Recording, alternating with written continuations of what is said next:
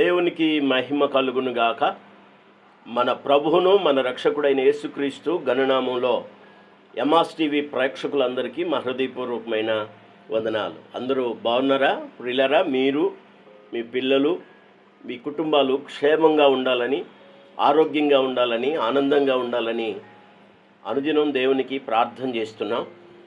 మనల్ని ప్రేమించిన ప్రభు మరొక సమయాన్ని మనకు అనుగ్రహించినందుకు దేవాతి దేవునికి ఎన్నో రెట్లు కృతజ్ఞతాస్తుతులు చెల్లిస్తున్నాను. మీరు కూడా ప్రతిదినం ఉదయ సాయంత్రాల్లో ప్రభువును స్తుతిస్తున్నారని, అనుదినం తప్పకుండా ప్రార్థిస్తున్నారని విశ్వసిస్తున్నాను. ప్రియులారా, మనం అంశంలోకి వెళ్ళకముందు మరొకసారి అబ్రహాం యొక్క ఆశీర్వాదాన్ని గురించి జ్ఞాపకం చేస్తాను. భూమి మీద ఎవరికి ఇవ్వనంత ఆశీర్వాదం. అబ్రహాం ద్వారా సమస్త వంశాలను, భోజనులందరినీ ఆశీర్వదిస్తానని వాగ్దానం చేయడానికి గల కారణం. అంత మాత్రమే కాకుండా ఎవరికి ఇవ్వని పేరు, ఎవరికి ఇవ్వని ఘనత, ఎవరికి ఇవ్వని ఖ్యాతి అబ్రహాముకు ఇవ్వడానికి గల కారణాలు సప్త సుగుణాలని ఇప్పటి వరకు 6 సుగుణాలు లేకపోతే 6 మంచి లక్షణాలు, 6 వర్తమానాలుగా మనం విన్నాం. ఈరోజు 7వ వర్తమానాన్ని వింటున్నాం. 7వ సప్త సులక్షణం. సప్త సుగుణాలలో 7వ లక్షణం లేకపోతే 7వ వర్తమానం. అబ్రహాం జీవితంలో ఇది చాలా ప్రాముఖ్యమైనటువంటి అంశం. ఇది విశ్వాసులందరి జీవితంలో కూడా చాలా ప్రాముఖ్యమైన అంశం. ఎవరు కూడా ఈ సందేశాన్ని పోగొట్టుకోవద్దని, ఎవరు ఈ సందేశాన్ని మరి ఏమాత్రం కోల్పోవద్దని నేను ప్రేమతో మీకు ఆహ్వానం తెలియచేస్తున్నాను. తప్పకుండా మరి ప్రారంభం నుండి ముగించే వరకు ఈ వర్తమానాన్ని వినాలని కూడా నేను ఆహ్వానం తెలియచేస్తున్నాను. అబ్రహాం జీవితంలో ఉన్నటువంటి సప్త సుగుణాల్లో చివరి సుగుణం లేకపోతే చివరి లక్షణం, అయితే మంచి లక్షణం ఏంటంటే విశ్వాసం. దేవుని పిల్లలకు విశ్వాసం అనేటువంటిది చాలా ప్రధానమైంది, చాలా ముఖ్యమైంది. ఎందుకంటే విశ్వాసం లేకుండా ఎవడు కూడా దేవునికి ఇష్టడు కాలేడని దేవుని వాక్యం చెప్తుంది. కాబట్టి అబ్రహాం జీవితంలో అబ్రహాం జీవితంలో ఉన్న విశ్వాసం దేవునికి ఎంత ఇష్టమైందో అనే ఆలోచన మనం చేస్తే మన ఆలోచనలకు కూడా అందకపోవచ్చని నేను జ్ఞాపకం చేస్తున్నాను. అంత విశ్వాసం అబ్రహాంలో ఉందా? అవును ప్రియులారా, అబ్రహాముకున్న విశ్వాసం అపరిమితమైన విశ్వాసం, చాలా గొప్ప విశ్వాసం, ఉన్నతమైన లక్ష్యాలు కలిగినటువంటి విశ్వాసం. ప్రియులారా, అలాంటి అబ్రహాములో ఉన్నటువంటి శ్రేష్టమైనటువంటి విశ్వాసాన్ని ఈరోజు మనం ధ్యానం చేయబోతున్నాం. బైబిల్ నుండి వాక్యం చదవగలిగిన వాళ్ళు వాక్యం చూడాలని మీ అందరికీ నేను ప్రేమతో ఆహ్వానం తెలియచేస్తున్నాను. ఆదికాండంలో ఒక శ్రేష్టమైన మాటను మనం చదువుదాం. 15వ అధ్యాయం. ఆదికాండం 15వ అధ్యాయంలో 4వ వచనంలో ఒక అద్భుతమైన మాట రాయబడింది. దేవుడు అతనితో మాట్లాడుతూ దేవుడు అతన్ని నడిపిస్తున్న విధానాన్ని బట్టి అతడు ఆ దేవుని నమ్మిన విషయాన్ని గురించి రాయబడిన మాట ఇది. అబ్రహాంతో దేవుడు మాట్లాడాడు. ఆ సందర్భంలో ఏ మాటలు దేవుని ద్వారా అబ్రహాం విన్నాడో అప్పుడు అతడు నమ్మాడని రాయబడింది. 15వ అధ్యాయంలో 6వ వచనం. ప్రియులారా, అతడు యెహోవాను నమ్మెను, నీ సంతానము ఇలాగుండునని చెప్పిన దానిని బట్టి. వాక్యం ఏం చెప్తుందంటే అతడు దేవుని నమ్మెను, అబ్రహాము దేవుని నమ్మెను, అది అతనికి నీతిగా ఎంచబడెను.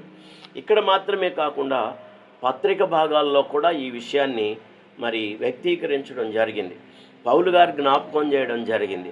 అంత మాత్రమే కాదు, ప్రభువు కూడా జ్ఞాపకం చేయడం జరిగింది. సువార్తల్లోనూ అలాగే పాత నిబంధనలోనూ అనేక గ్రంథాల్లో అబ్రహాము యొక్క ప్రస్తావన మనం చూస్తాం. ప్రియులారా, విశ్వాసాన్ని గురించి మాట్లాడితే అబ్రహాముని గురించి తప్పకుండా మాట్లాడవలసి ఉంటుంది. ఒకవేళ అబ్రహాముని గురించి మాట్లాడితే విశ్వాసాన్ని గురించి తప్పకుండా మాట్లాడవలసి ఉంటుంది. అబ్రహామే విశ్వాసం అన్నట్టు, విశ్వాసం అంటే అబ్రహాము అన్నట్లుగా మనం వాక్యంలో చూడగలుగుతాం. దేవుడు చెప్పిన మాటలను బట్టి, దేవుడు తనతో మాట్లాడిన మాటలను బట్టి వాక్యం ఏమంటుందో తెలుసా? అబ్రహాము దేవుని నమ్మెను, అది అతనికి నీతిగా ఎంచబడిన. ప్రియులారా, నేను జ్ఞాపకం చేయాలనుకుంటున్నటువంటి సందర్భం ఏంటంటే, అబ్రహాంలో ఉన్న విశ్వాసం సాధారణమైన విశ్వాసం కాదు ప్రియులారా, చాలా అసాధారణమైన విశ్వాసం. అబ్రహాం జీవితంలో ఉన్న విశ్వాసం మనందరికీ దేవుడు అనుగ్రహించును గాక. నిజమే, ఏదైనా పొందుకోవాలి, ఏదైనా మనకు అనుగ్రహించబడాలి అంటే వాక్యం దానికి అనుసంధానంగా రాయబడినట్లుగా మనం గమనిస్తాం. మీరెవరైనా దేవుని దగ్గరకు వచ్చి దేవుణ్ణి అడిగినప్పుడు మీరు అడిగినవన్నీ పొందామని నమ్మాలి కదా అని ప్రభు చెప్పాడు. మనం అడుగుతున్నవి పొందామని నమ్మాలని, అంటే విశ్వాసం ఉంచాలని. స్తోత్రం కలుగును గాక. ప్రియులారా, వింటున్నారా? దేవుని మాటలు జాగ్రత్తగా ఆలకించాలని మీకు నేను పిలుపునిస్తున్నాను.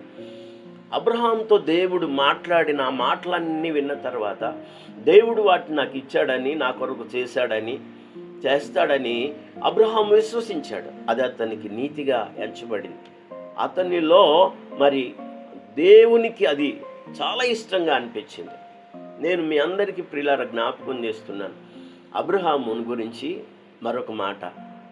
ప్రతి అంశంలో చెప్తున్నట్టుగానే, జ్ఞాపకం చేస్తున్నట్టుగానే ఈ అంశంలో కూడా చెప్తున్నాను. అబ్రహాం విశ్వాసులకు తండ్రి కదా, అంటే తండ్రి అనగా మొదటివాడు, తండ్రి అనగా ప్రారంభికుడు, తండ్రి అనగా ఆరంభించినవాడు అని అర్థం, ముందటివాడు అని అర్థం. అబ్రహాముకు ఇన్ని ఆధిక్యతలు ఉన్నాయి ప్రియులారా. దేంట్లో అంటే విశ్వాసంలో. విశ్వాసాన్ని ప్రారంభించినవాడు, విశ్వాసాన్ని కొనసాగించినవాడు, విశ్వాస జీవితాన్ని అనుభవపూర్వకంగా అనుభవించినవాడు అబ్రహాం. అందుకే నేను ముందే చెప్పాను, అబ్రహాంలో ఉన్న విశ్వాసం సాధారణమైన విశ్వాసం కాదు, అసాధారణమైన విశ్వాసం. ఎంతటి విశ్వాసం అంటే అసాధ్యాలను సుసాధ్యాలుగా మార్చుకోగలిగినంత విశ్వాసం దేవుని ఎడల అబ్రహాంకున్న విశ్వాసం. ఈనాడు దేవుని పిల్లలమైన మనం విశ్వాసం లేకుండా దేవునికి ఇష్టలం కాలేం. ఎబ్రీ పత్రికలో రాయబడింది, విశ్వాసం లేకుండా దేవునికి ఇష్టలై ఉండుట అసాధ్యమని. అబ్రహాము విశ్వాసులకు తండ్రి అయితే విశ్వాసులు కూడా అలాంటి విశ్వాసం కలిగి ఉండాలి కదా. వాక్యాన్ని బట్టి మీకు నేను జ్ఞాపకం చేస్తున్నాను, విశ్వాసులకు విశ్వాసమే ఆధారం. ఒక ఎగురుతున్న గాలిపటానికి దారం ఆధారమైనట్టు విశ్వాసులకు విశ్వాసమే ఆధారం. అలాంటి చెక్కు చెదరని విశ్వాసం జయింపజేస్తుంది, విజయాన్ని ఇస్తుంది, ఆశీర్వదిస్తుంది, ప్రార్థనలు ఆలకించేటట్టు చేస్తుంది, జవాబులు వచ్చేటట్టు చేస్తుంది, శూరకార్యాలను జరిగించడానికి తోడ్పడుతుంది, నీ జీవితంలో అద్భుతాలు ఆశ్చర్యాలు చేయడానికి దేవుడు తోడ్పడుతుంది. అలాంటి విశ్వాసాన్ని మనం కలిగి ఉండడం చాలా ఆశీర్వాదకరం. అంత గొప్ప విశ్వాసం కలిగి ఉన్నాడు కనుకనే ఎవరికి లేనంత ఆశీర్వాదాన్ని దేవుడు అబ్రహాంకి ఇచ్చాడు.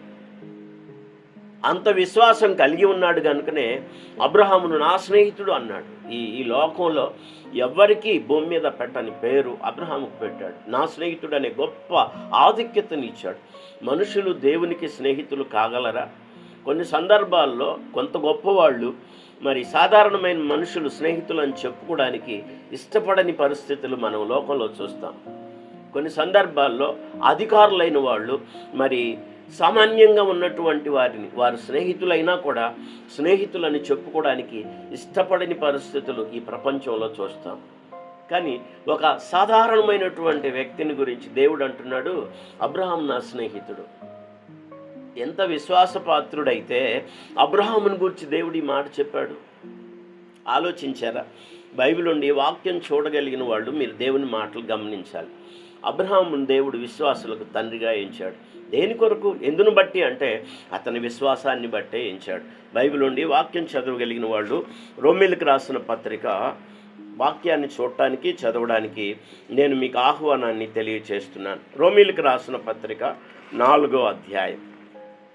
దేవుని వాక్యం చదవగలిగిన వారు వాక్యాన్ని చూడాలని చదవాలని నేను ప్రేమతో మీకు ఆహ్వానం తెలియచేస్తూ ఉన్నాను. రండి, రోమీయులకు రాసిన పత్రిక 4వ అధ్యాయంలో 11వ వచనం. నమ్మిన వారందరికీ అతడు తండ్రి అగుట వలన వారికి నీతి ఆరోపించుటకై. ప్రియులారా, గమనించారా? నమ్మిన వారికి అందరికీ కూడా అతడు తండ్రి అగటం అవటం అని మనం గమనిస్తున్నాం. నమ్మిన వారందరికీ, అంటే విశ్వసించిన వారందరికీ అబ్రహాము తండ్రి అయ్యాడని దేవుని వాక్యం ఎంత స్పష్టంగా పౌలు గారి ద్వారా, పరిశుద్ధాత్మ ద్వారా తెలియజేస్తున్నాడు. ఈరోజు మీరు జాగ్రత్తగా వినాలి దేవుని మాటలు. విశ్వాసం ఉంచిన వాళ్ళకి తండ్రి అబ్రహాం అని క్లియర్గా వాక్యం చెప్తుంది. అంటే అబ్రహాము విశ్వాసులకు మాదిరి, అబ్రహాము విశ్వాసులకు మార్గదర్శి. కనుక అబ్రహాములో ఉన్న విశ్వాసం విశ్వాసులకు అవసరం. విశ్వాసం లేకపోతే మనం దేవునికి ఇష్టంగా ఉండలేం. నేను అబ్రహాం విశ్వాసాన్ని గురించి లోతుగా మీతో పంచుకోవాలని నేను ఆశపడతా ఉన్నాను. చాలా మంచి మాటలు రాయబడ్డాయి అబ్రహామును గురించి, విశ్వాస జీవితాన్ని గురించి. ఎంతటి విశ్వాసం అంటే అబ్రహాముకున్న విశ్వాసం దేవునికి అసాధ్యమైంది ఏది లేదు అని నమ్మే అంత విశ్వాసం. ఏ పరిస్థితుల్లోనైనా. ఒక మాట చెప్తాను, జాగ్రత్తగా మీరు గుర్తుపెట్టుకోండి. 4వ అధ్యాయం రోమాపత్రిక 17వ వచనం ప్రకారం, తాను విశ్వసించిన దేవుని ఎదుట, అనగా మృతులను సజీవులుగా చేయవాడును, లేని వాటిని ఉన్నట్టుగా పిలుచువాడునైన దేవుని ఎదుట అతడు మనందరికీ తండ్రి అయి ఉన్నాడని రాయబడింది. స్తోత్రం, దేవునికి మహిమ కలుగునుగాక. వాక్యం చెప్తున్న మాటలు గమనించారా? తాను విశ్వసించిన దేవుని ఎదుట, ఏ దేవుణ్ణి నమ్మాడో, ఏ దేవుని యందు నమ్మిక ఉంచాడో ఆ దేవుని ఎదుట అబ్రహాము స్థితి ఎలా ఉందంటే, అబ్రహాము విశ్వాసం ఎలా ఉందంటే, మృతులను సజీవులుగా చేయువాడు, లేని వాటిని ఉన్నట్టుగా పిలిచువాడు ఆయనే అని విశ్వసించాడంట. దేవునికి స్తోత్రం. మిమ్ములను, మీ కుటుంబాలను, మీ పిల్లలను, మీ యజమానులను దేవుడు దీవించినట్లుగా అబ్రహాము యొక్క విశ్వాసాన్ని మన వ్యక్తిగత జీవితాలకు అన్వయించుకోవడం చాలా అవసరం ప్రియులారా, చాలా అవసరం. ఒక రకమైన బాధతో చెప్తున్నాను, ఈ దినాల్లో విశ్వాసం ఉంటా నేను కనుగొంటానని చెప్పిన వాక్యం నెరవేరుతుందేమో అనిపిస్తుంది. విశ్వాసుల్లో విశ్వాసం కనబట్టలేదు.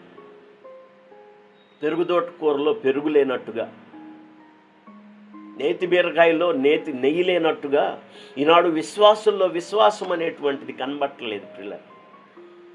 నాకు విశ్వాసం ఉందని చెప్పేవాళ్ళు వాళ్ళ విశ్వాస జీవితాన్ని ఒకవేళ చెప్పిన మాటను బట్టి క్రియల ద్వారా చూపించలేకపోతున్నారు. కేవలం అబ్రహాం విశ్వసించడమే కాకుండా ఆ నమ్మినటువంటి ఆ నమ్మకం ఎంత దూరం, ఎలాంటి క్రియలకైనా చేయడానికి, దేవుని నిమిత్తమై నిలబడటానికి అబ్రహాము విశ్వాసం కలిగి ఉన్నాడు. ఆ స్థితిని మనము కలిగి ఉందముగాక. ప్రియులారా, జాగ్రత్తగా ఈ మాటలు తీసుకోవాలని. తనకున్న విశ్వాసం దేవుని ఎడల ఎలాంటి విశ్వాసం అంటే, మృతులను సైతం ఆయన సజీవులుగా చేయగలడు. అంత మాత్రమే కాదు, లేని వాటిని ఉన్నట్టుగా పిలుచువాడని, అంత విశ్వాసం పిల్లలు. ఎంతమందికి ఇలాంటి నమ్మకం ఉంది? ఎంతమందికి ఇలాంటి విశ్వాసం? మృతులను సజీవులుగా చేయగలడు ఆయన.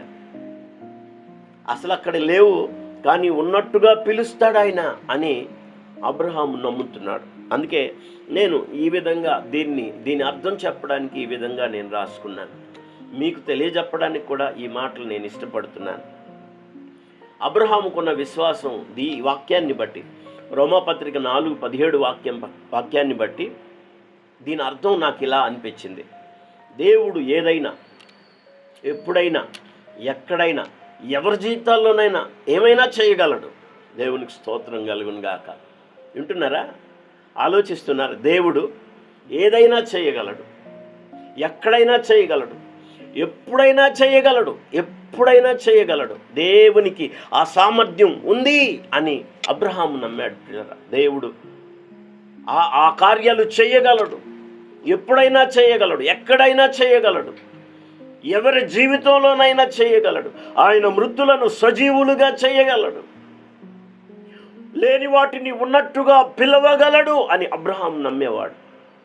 ఈనాడు ఇలాంటి విశ్వాసం మన జీవితంలో పనిచేస్తుందా? మన వ్యక్తిగతంగా మనం కలిగి ఉన్నామా? బాగా ఆలోచించాలి దేవుని పిల్లలు. విశ్వాసాన్ని గురించి మాట్లాడడం వేరు, విశ్వాసాన్ని కలిగి ఆ విశ్వాస జీవితాన్ని అనుసరించడం, అనుభవించడం వేరు.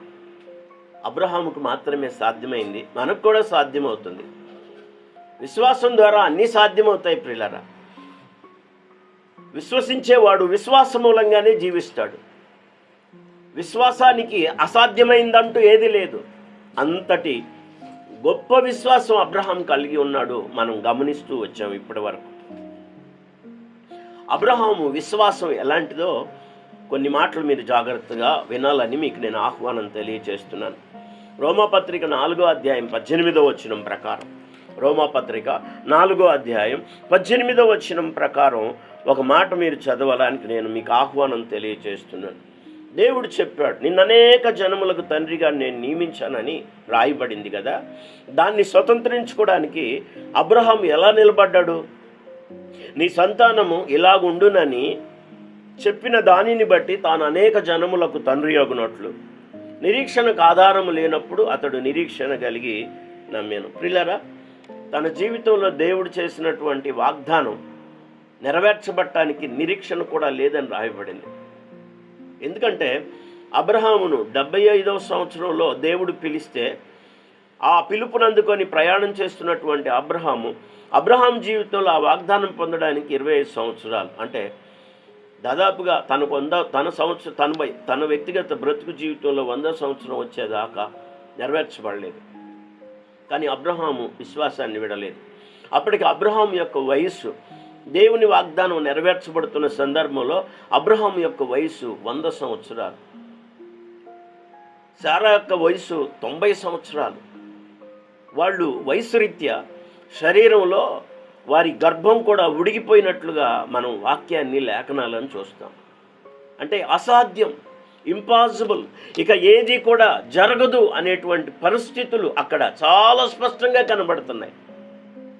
వాక్యం చెప్తుంది, అసలు నిరీక్షణకు ఆధారము లేనప్పుడు. పిల్లరా గమనించారా? అసలు నిరీక్షణకి ఆధారం ఏ ఆధారాన్ని పట్టుకొని ఒకదాన్ని విశ్వసిస్తాము అనడానికి ఇప్పుడు దానికి ఆధారం కనబడలేదు. ఇందాక నేను చెప్పాను, విశ్వాసులకు విశ్వాసమే ఆధారం అని.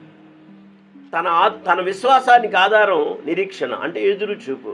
ఇప్పుడు దానికి కూడా ఎక్కడ ఒక చిన్న ఆధారం కనపడలేదు, ఒక చిన్న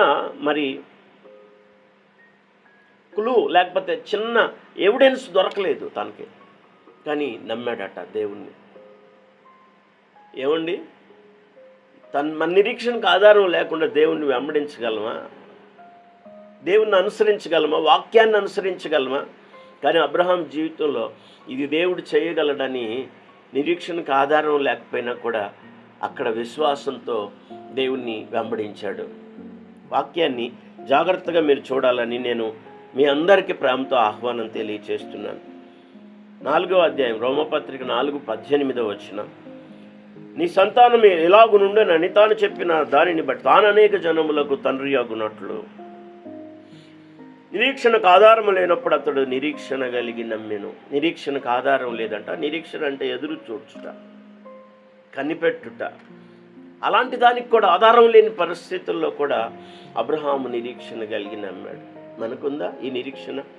దేవుడిస్తాడు, ఇవ్వగలడు, చేయగలడు. ఆయనకు అసాధ్యమైంది లేదు. దేవుని పిల్లలుగా విశ్వాసులకు ఖచ్చితంగా ఇలాంటి నమ్మకం ఉండాలి, ఉండునుగాక. ప్రియులారా, ఈ మాటలు మీరు జాగ్రత్తగా ఆలోచించండి. ఎంత అద్భుతమైన మాటను మనం విన్నాం. అలాగే రెండవది, అబ్రహాము విశ్వాస విషయంలో ఎలాంటి వాడంటే సందేహం లేనివాడు. విశ్వాస విషయంలో అబ్రహాము సందేహం లేనివాడు.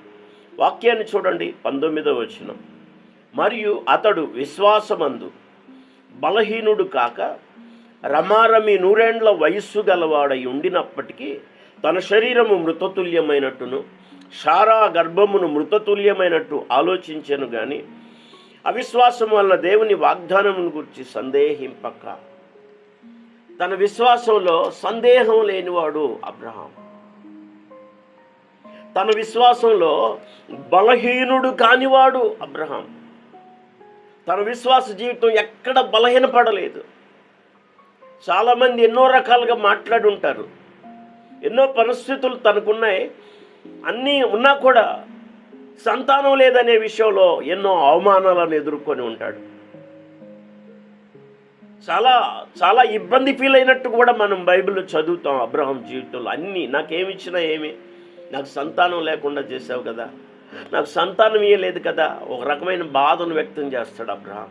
అంటే అబ్రహాము సంతానం కొరకైనటువంటి ఎంత ఆశ కలిగి ఉన్నాడో మనకు వాక్యంలో అర్థమవుతుంది. అంటే ఎంత నిరీక్షిస్తున్నాడో మనకు అర్థమవుతుంది. అలాంటి నిరీక్షణకు ఆధారం లేకపోయినా నిరీక్షణలు కలిగి నమ్మాడు అబ్రహాం. తాను విశ్వసించిన ఆ విశ్వాసం మీద ఆ విశ్వాసంలో ఎక్కడ బలహీనుడు కాలేదు. మీరు చదివారా? 19 చదువుతున్నాను. మరియు అతడు విశ్వాసమందు బలహీనుడు కాక, అసాధ్యమైన సారా గర్భం మృతతుల్యమైన, తాను కూడా ముసలివాడిగా తన గర్భం కూడా ఉడిగిపోయినట్టుగా కనబడ్డా, నిండు వృద్ధాప్యంలో వారు ఉన్నారని తెలిసినా కూడా, నిరీక్షణకు ఆధారం లేకపోయినా కూడా విశ్వాసంలో బలహీనుడు కాలేదు. ఈనాడు చాలామంది విశ్వాస జీవితంలో బలహీనులుగా మారిపోతున్నారు, భక్తిహీనులుగా మారిపోతున్నారు. ఎంత విచారం ప్రియులారా, ఎంత విచారం! వింటున్నారా? ఒకవేళ బాధ అనిపిస్తుందేమో విశ్వాసులైన వారికి. ఆలోచించాలి మీరు. వాక్యమేం చెప్తుంది?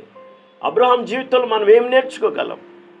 అబ్రహాం విశ్వాసులకు తండ్రి అయితే, విశ్వాసులమైన మనం ఆయన పిల్లలుగా ఆయన అనుసరించే వారంగా ఉన్నామా? శరీరధారిగా ఉన్నప్పుడు ప్రభు అందుకే కదా చెప్పాడు, అబ్రహాం సంతానం అని చెప్పుకుంటున్నటువంటి వారిని బట్టి వారిని గద్దిస్తూ ఈ మాట చెప్పాడు, మీరు అబ్రహాం సంతానం అయితే మీలో నా వాక్యం ఉండేది, నన్ను చంపవెదికేవారు కాదు. నా వాక్యం మీలో లేదు. మీరు అబ్రహాం సంతానం అనుకుంటున్నారు కానీ కాదు, మీరు అపవాది సంతానం. వాళ్ళలో విశ్వాసం లేదు, విశ్వాస సంబంధమైన వాక్కులు లేవు, విశ్వాస జీవితం లేదు, విశ్వాస సంబంధమైన క్రియలు లేవు. అందుకే ప్రభు అన్నాడు, మీరు అబ్రహాము సంబంధులైతే నా మాటలు వినేవాళ్ళు, అంగీకరించేవాళ్ళు. అబ్రహాం తండ్రిని మీరు తలంచొద్దు, మీరు అపవాది సంతానం అని చెప్పాడు. అబ్రహాం మీలా చేయలేదు. అబ్రహాము నా దినాలు చూస్తానని కోరుకున్నాడు, కానీ మీరు అలా చేయటం లేదు, మీరు అలా అనుసరించట్లేదని చాలా క్లియర్గా శరీరధారిగా ఉన్నప్పుడు ప్రభు అప్పుడున్న అధికారులతో, శాస్త్రులతో, పరిసయ్యులతో చెప్పాడు, బోధకులతో చెప్పాడు, ధర్మశాస్త్రోపదేశకులతో చెప్పాడు. ఆయన వింటున్నారా?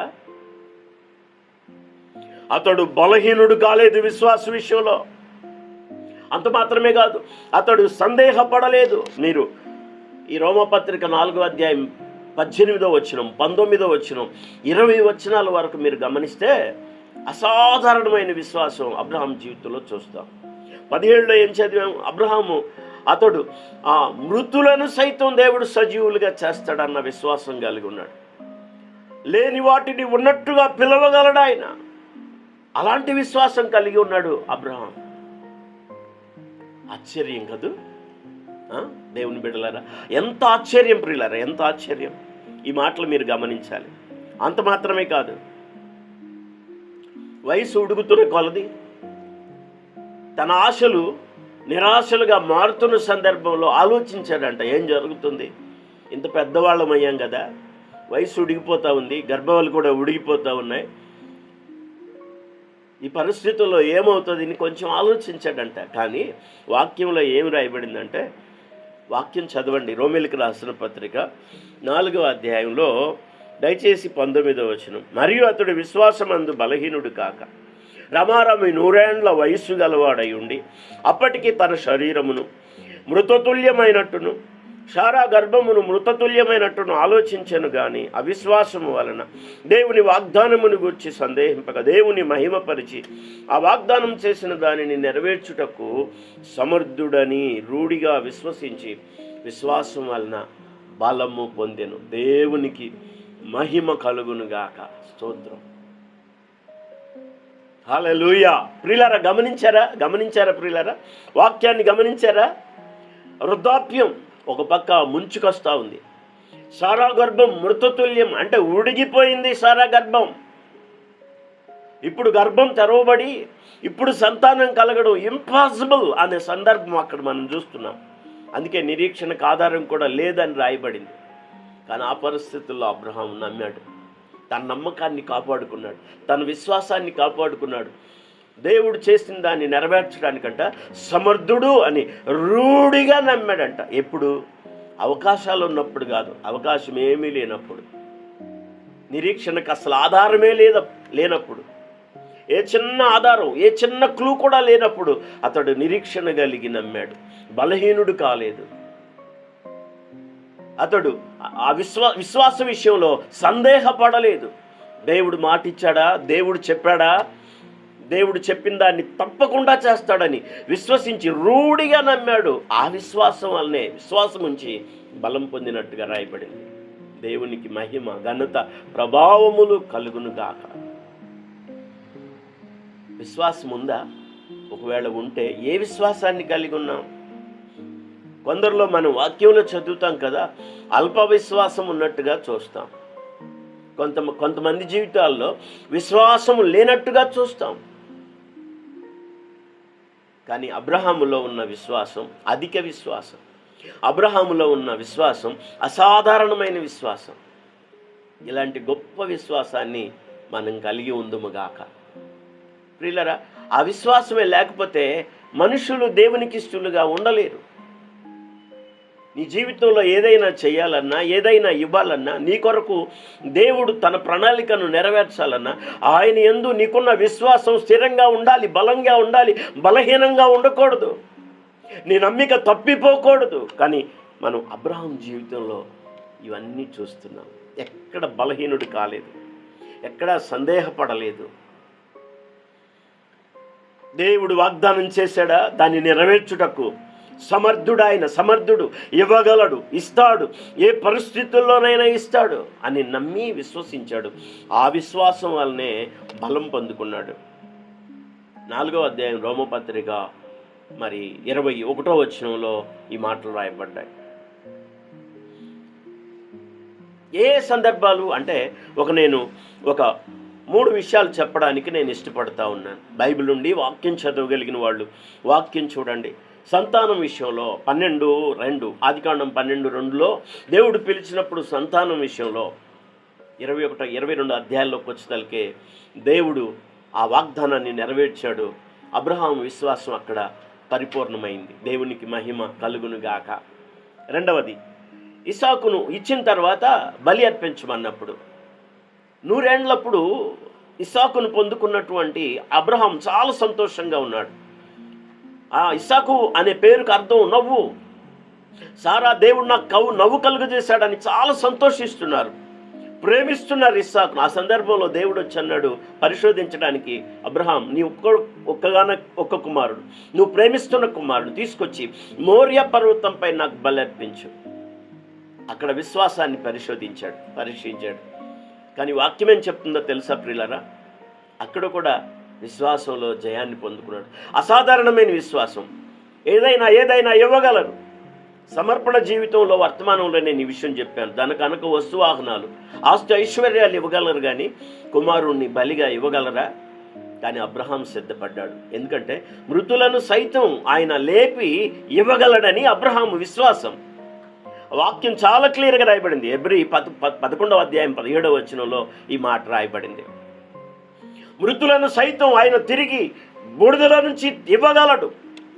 బలిగా, దహన బలిగా మారిపోయినప్పటికీ దేవుడు మృతులను సజీవులుగా చేయగలడు.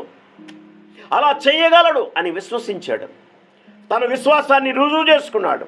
అలాగే 24వ అధ్యాయంలో ఇస్సాకుకు వివాహ విషయంలో తన పనివాడిని పంపుతున్నప్పుడు చెప్తున్నాడు, ఒకవేళ వారు వాళ్ళ బిడ్డను పంపకపోతే అంటే నేను నమ్మిన దేవుడు, నాతో ఉన్న దేవుడు, నన్ను నడిపించిన దేవుడు, ఆ దూత తప్పనిసరిగా నీకు తోడై ఉండి వారు తమ కుమార్తెను నా కుమారుడికి వివాహానికి ఇచ్చినట్లుగా నీకు సహాయం చేయునుగాక. పంపుతాడు, ఇస్తాడని చెప్పాడు దేవుని సన్నిధిలో.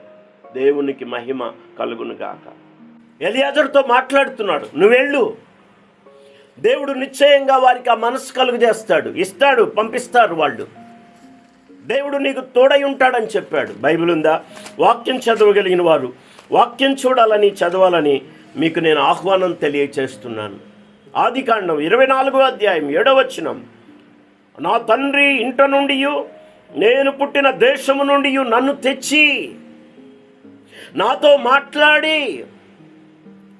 నాతో చెప్పిన దేవుడు, ప్రమాణం చేసి నీ సంతానానికి ఈ దేశాన్ని ఇస్తానని నాతో చెప్పిన దేవుడు, పరలోకపు దేవుడు, యెహోవా తన దూతను నీకు ముందుగా పంపును, అక్కడ నుండి నా కుమారునికి భార్యను తీసుకొని వచ్చేదవు. స్తోత్రం కలుగును గాక. ఎంత గొప్ప విశ్వాసం ప్రియులారా.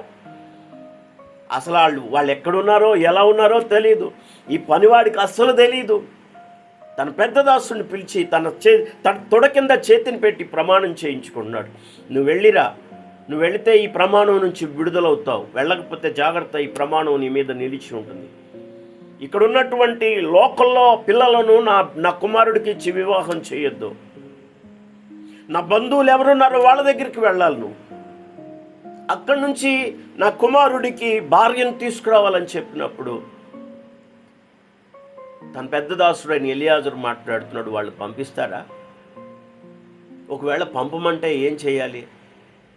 అప్పుడు మాట్లాడుతున్నాడు, నన్ను పిలిచిన దేవుడు, ఈ దేశాన్ని వారసత్వంగా నాకు ఇస్తానని చెప్పిన నా సంతానానికి ఇస్తానని చెప్పిన దేవుడు, పరలోకమందున్న దేవుడు నీతో కూడా తన దూతను పంపుతాడు. అక్కడి నుంచి నా కుమారునికి నువ్వు భార్యను తీసుకొస్తావు. దేవునికి స్తోత్రం. ఎంత గొప్ప విశ్వాసం ప్రియులారా, ఎంత గొప్ప విశ్వాసం. మరొక విషయాన్ని చెప్తాను. తనకిస్తానని చెప్పిన ఆశీర్వాదాల విషయాల్లో కూడా అబ్రహాము నమ్మిక. ఇందాక చదివాం మనం 19వ వచనంలో, దేవుడు వాగ్దానం చేసిన దానిని నెరవేర్చుటకు సమర్థుడని రూఢిగా నమ్మి ఇస్తానన్న ఆశీర్వాదాలు. అంత మాత్రమే కాదు, చివరిగా పరలోక సంబంధమైన వాగ్దానం. ఈ లోకం స్థిరం కాదు. వాస్తవంగా తాను ఎదురు చూసే కానాను దేశం కూడా కాదు, కానీ పరలోక సంబంధమైన దేశం, పరలోక పట్టణాన్ని వాగ్దానం చేశాడని అబ్రహాం విశ్వసించాడు. ఈ లోకంలో వాగ్దత్త దేశంలో కూడా పరదేశిగా ఉండి ప్రభు ఇస్తానని చెప్పినటువంటి ఆ పరలోకం కొరకు కనిపెట్టుకున్నట్లుగా మనం చదువుతాం. ఎబ్రిల్కి రాసిన పత్రికలో వాక్యం చదవగలిగిన వాళ్ళు జాగ్రత్తగా చూడాలి. 11వ అధ్యాయం 13వ వచనంలో 16వ వచనంలో ఈ మాటలు రాయబడ్డాయి. ఎబ్రిల్కి రాసిన పత్రిక. బైబిల్ నుండి వాక్యం చదవగలిగిన వాళ్ళు ఈ మాట చూడాలని నేను ప్రేమతో మీకు ఆహ్వానాన్ని తెలియచేస్తున్నాను. రండి, వాక్యాన్ని చూడండి అందరూ కూడా. 10వ వచనం, దేవుడు దేనికి శిల్పి నిర్మాణకుడనైనాడో పునాదులు గల ఆ పట్టణము కొరకు అబ్రహాము ఎదురు చూచుచుండెనో. అంతేకాదు 13, వీరందరూ వాగ్దాన ఫలము అనుభవింపకపోయినను దూరము నుండి చూచి వందనం చేసి తమ భూమి మీద పరదేశులమును. ప్రియులరా, అబ్రహాము కొరకు దేవుడు ఇన్ని కార్యాలు చేసినట్టుగా చూస్తున్నాం. పరలోక సంబంధమైన వాగ్దానం దేవుడు తనకు చేశాడని, భూమి మీద వాగ్దత్త దేశంలో సైతం పరవాసిగా ఉండి ఆ వాగ్దానాన్ని పొందకపోయినా దూరము నుండి వందనము చేసి విశ్వసించి లోకాన్ని విడిచిపెట్టారని రేపటి. అంటే ఎంత విశ్వాసం చూశారు పిల్లరా. ఈ లోకం ముగించిన తర్వాత అక్కడికి వెళ్తాం.